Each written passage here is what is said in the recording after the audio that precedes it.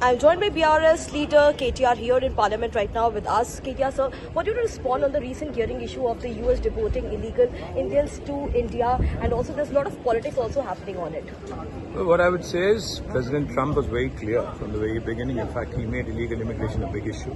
Today, I think he's acting on that. So I think Government of India needs to step up and needs to talk so that, basically all of our Indians who have been branded as illegal and illegal migrants there are taken care of. Because, there are laws, there are procedures which can also help them, probably get some amnesty, etc. So that needs to be looked into.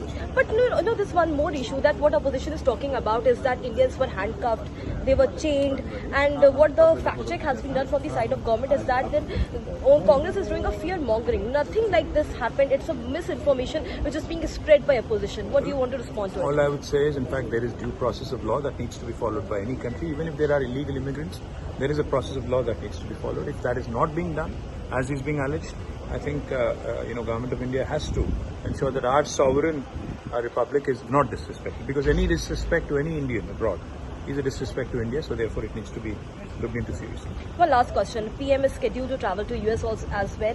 Do you think that this issue should be raised by him and the bureaucrats while he visits US? 100%. I think this is important. If there are proofs and evidences that this has happened indeed, handcuffing, etc., mistreatment, that needs to be certainly taken out. One more thing, one last question. There's a caste survey which has come up in Telangana. You're well aware about it. It's absolute rubbish. They say lies, damn lies in statistics. That's exactly what this is, because in 2014, when we had conducted a census, which was called Samagra Kutumba Survey, the percentage of backward classes in Telangana was 51.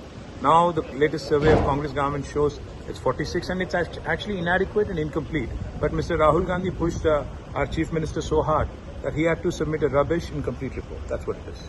So this KTR on several issues. Thank you.